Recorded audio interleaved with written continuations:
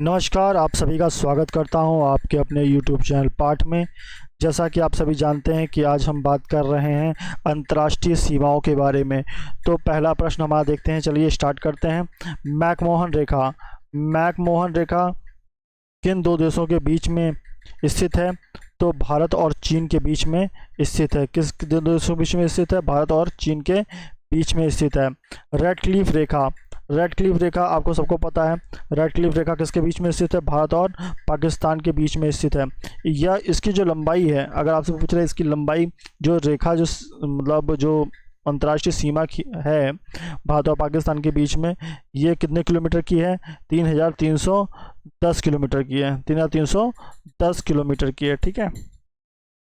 और अगर मैं बात करूं चीन की, तो चीन की भारत और चीन की है 2,500 किलोमीटर की, ठीक है। अगला वर्ग देखते हैं क्वेश्चन। हिडनबर्ग रेखा किन दो देशों के बीच में स्थित है? तो जर्मनी और पोलैंड के बीच में स्थित है। यह प्रथम विश्व युद्ध के बाद खींची गई थी।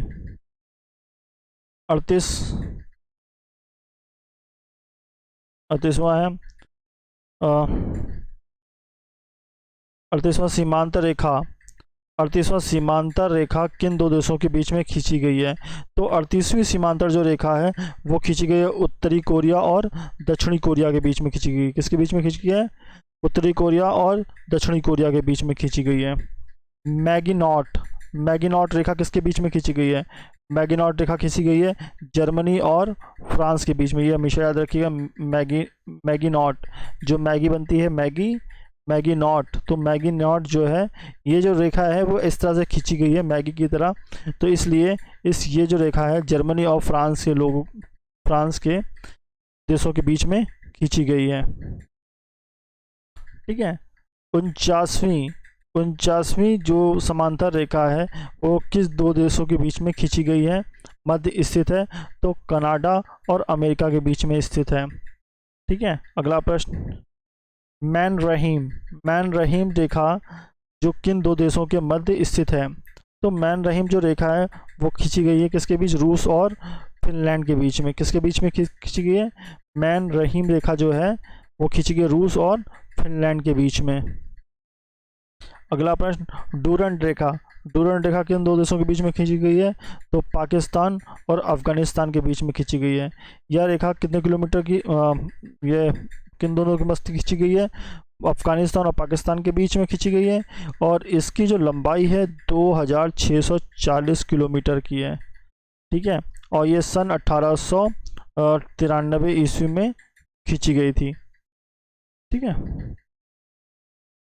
17वीं समांतर रेखा किन दो देशों के बीच में खींची गई है? तो यह खींची गई उत्तरी वियतनाम और दक्षिणी वियतनाम के बीच में खींची गई है, ठीक है। 24वीं समांतर रेखा किन दो देशों के बीच में खींची गई है? तो भारत और पाकिस्तान के बीच में खींची गई है। इसके बीच में खींची गई है 24वीं समांतर रेखा भारत और पाकिस्तान के बीच में खींची गई है। ऑर्डर नीचे रेखा किन दो देशों के बीच में खींची गई है? तो ऑर्डर नीचे रेखा जो खींची गई है आपकी अब जर्मनी और पोलैंड के बीच में खींची गई है। ऑर्डर नीचे रेखा किन दो देशों के बीच में खींची गई है? जर्मनी और पोलैंड के बीच में खींची गई है। सीज फ्राइड रेखा किन दो देशों के बीच में खींची गई है? तो सीज फ्राइड जो रेखा है वो जर्मनी और फ्रांस के बीच में खींची गई है। किसके बीच में खींची गई है? जर्मनी और फ्रांस के बीच में गई है। अगर आपको हमारा किया गया प्रयास आपको अच्छा लगा हो तो चैनल को लाइक करें, सब्सक्राइब करें और अपने दोस्तों के साथ शेयर करें। धन्यवाद।